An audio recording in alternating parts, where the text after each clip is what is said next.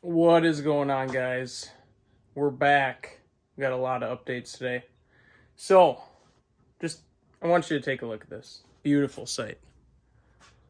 Sun is out, birds are chirping.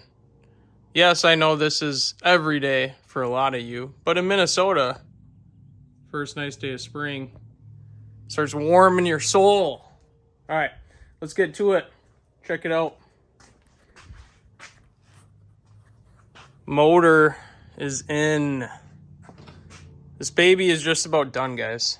I could not be more stoked about this. So, I don't know why this is sitting here. That's not actually going to sit there, but got the garage in somewhat decent shape. You guys just saw a peek of what's going on it. But motor is in. Everything is hooked up.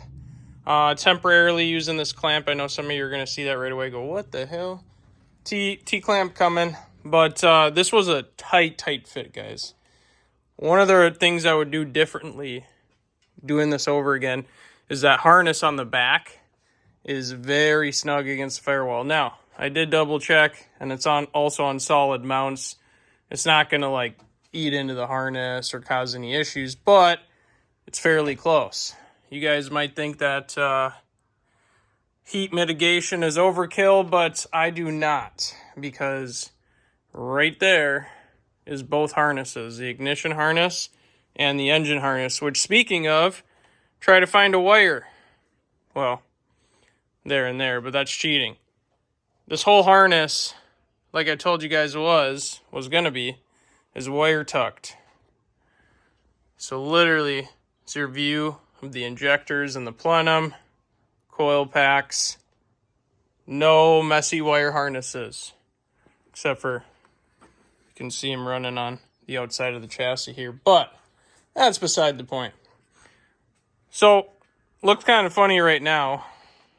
I think it looks kind of cool, actually, but got the bumper bracket on, only the high beams installed right now, obviously, as you can see that.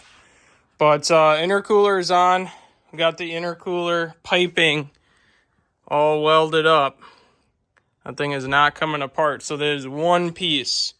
So one piece to the turbo. If you can see that in there. Swoops around into the intercooler.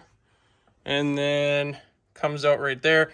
Yes, it's a little close. You can actually fit a sheet of paper in between there.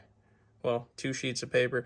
A little close for my liking, but we'll address that later. I mean, it is what it is. There's not a lot of room for the up on this. What I should have done is kind of put an angle, a better angle on the bottom, brought it closer, but I was worried about the pulley and the power steering line. But yeah, catch cans installed, not in the ideal spot.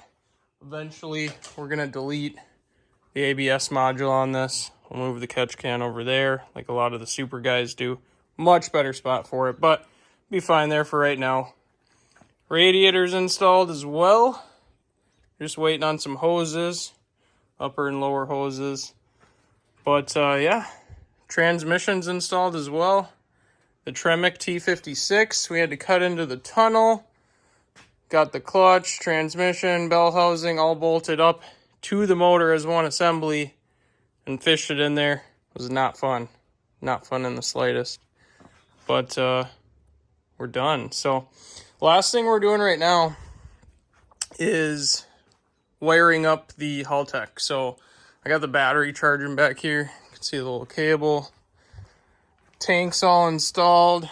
Battery relocation is complete. Just needs a clamp for the top. And then the inside of this thing looks pretty rad right now. Some of you guys are looking at this like, what in the world? But not as much going on as it looks like. We basically pulled all the interior out of it just to make it easier. For example, fuel pump module on these cars sits right in the back over there. So basically I ran my own harness, bypassing the fuel pump module, but still keeping everything else, so it has a fuel gauge, all that kind of stuff.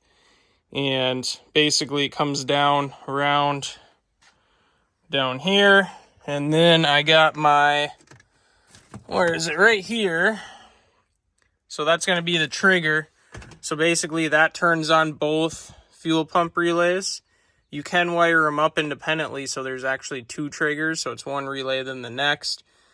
Being that it's 2 pumps in there, not 3, and also being that they're 3 40-liter per hour pumps, it'll be just fine running both at the same time. So, just taking a look down here, this is where the Haltech is going to live, right in this area here. And as you can see, I got the ignition harness hooked up, the wideband harness. I'm going to get that connected to the Haltech as well. And then we have to run, you know, our main ignition on, powers, grounds, that kind of stuff to the Haltech. So what I did, if you guys notice, the car now has no engine harness, which is very difficult to do. I don't think you guys understand, because the engine harness feeds power to a lot of functional stuff in this car. So this mess down here doesn't look very pretty, but this will all be bolted up. It'll look good when it's done. Plus the carpet will be covering it. But what I did is completely remove the engine harness and basically had to wire from the power distribution, wire the feeds for like the blower motor, the climate control module, all that kind of stuff, because of course you get rid of the engine harness, you got no power feed to all that. It's absolutely ridiculous, but we got her figured out. It was a little bit of a headache. Got it all rewired. Next time, if you're doing a build like this, here's what I'd recommend. Leave the engine harness alone, chop it up at the bay, cap everything, seal it, roll it up, stick it under the firewall, something like that. So we've got the radio and climate control unit in here. It's actually going to get a doubled in, but had to make sure we still had power, grounds, everything worked there, which it does. So now the last step is the Haltech. Now what you can't see is the airbag module that usually lives right there has been completely removed. Reason being is this thing is eventually going to get a cage put in it. It's already got, you know, a race seat for the driver's seat. Passenger seat's coming next. There'll be 3-point harnesses and whatnot. So airbag modules removed. That can become a liability. You got a very, very fast street car and you don't have a cage and proper safety equipment. I'm a huge safety nut. Don't mess around with that stuff, guys. Build your car right. But where I was going with that is I'm actually going to use the ignition on and triggers and stuff like that from the airbag module and just bring them right over to the Haltech, because of course the engine harness is gone. So nice and simple. Bring some feeds over to the Haltech, get her all wired up, and literally, you guys, it's so simple. It's like 2 plugs, a CAN plug as well. You wire in your basic circuits on it, and then you also have a huge loom for accessories. So like on this, we're actually going to be running tied into the clutch pedal momentary contact switch. So this is going to have flat shifting. So the second the Haltech sees you hit the clutch, pulls timing away, you keep your foot buried to the floor, you shift the next gear. All that's going to be going through this Tremec T56. Going to be pretty rowdy. So looking forward to that. Moving on, you guys probably saw these. I just dropped my level. You guys probably saw these. Look at these. Huge. So, I'll just show you guys. 305 4517. Those are a 28-inch street tire. They are going to grab like crazy. It's probably a little much for this build, but I wanted Caden to be getting traction all the time. So one of the things we ended up doing, if you guys can see, the paint did not make it on an old car like this, but the car is getting repainted eventually, so he's not too concerned about it. But we rolled and kind of stretched the fenders. I mean, a little bit. It's not, you know, we probably moved it a couple mil. It's nothing crazy. Did it on this side too.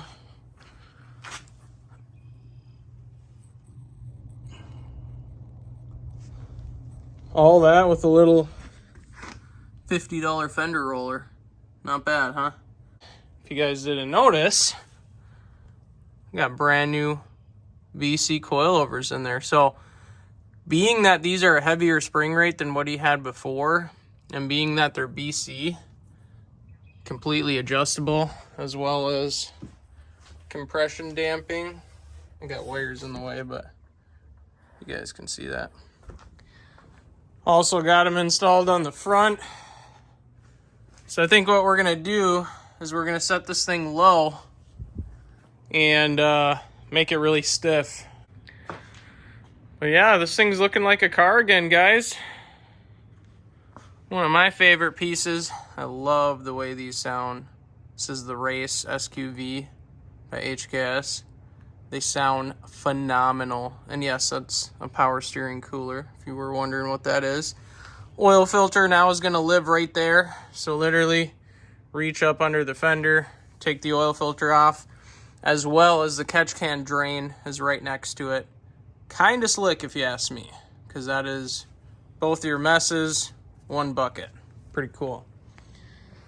So now basically, once I get that wired up, we're gonna be all set.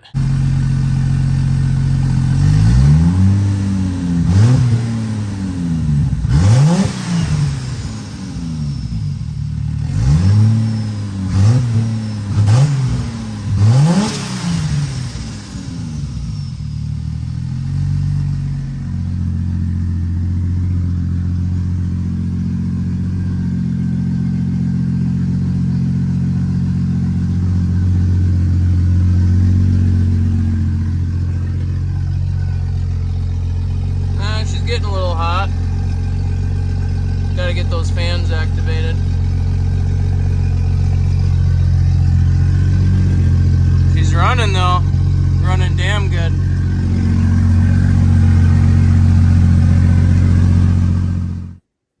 We did it. So the 2J SC300 running perfectly. We got a base tune on it. Just did the second heat cycle on the engine. It's all sorted out at this point. It's got a little coolant leak, one of the sensors I gotta fix, but other than that, it's just about finished. Super exciting. Check it out.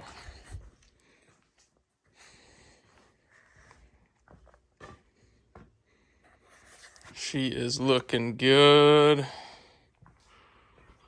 So the lighting's not the best right now. I got it halfway out of the garage, as you can see, but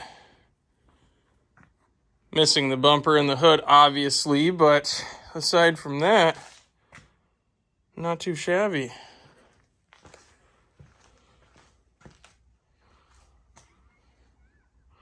So, still got a little more work to do. Cooling fan relay, got to get that hooked up, programmed in the Haltech. And transmission harness, waiting on connectors, get the Tremec all hooked up as far as the reverse lockout and the output speed or vehicle speed sensor. But that is it. We got LSD coming for the diff. Obviously, it's fine right now. We're going to do our first drive with it with the open diff. We're not going to be getting into boost or doing anything crazy, so just going to be braking the motor in the right way. And yeah, she'll be pretty sweet.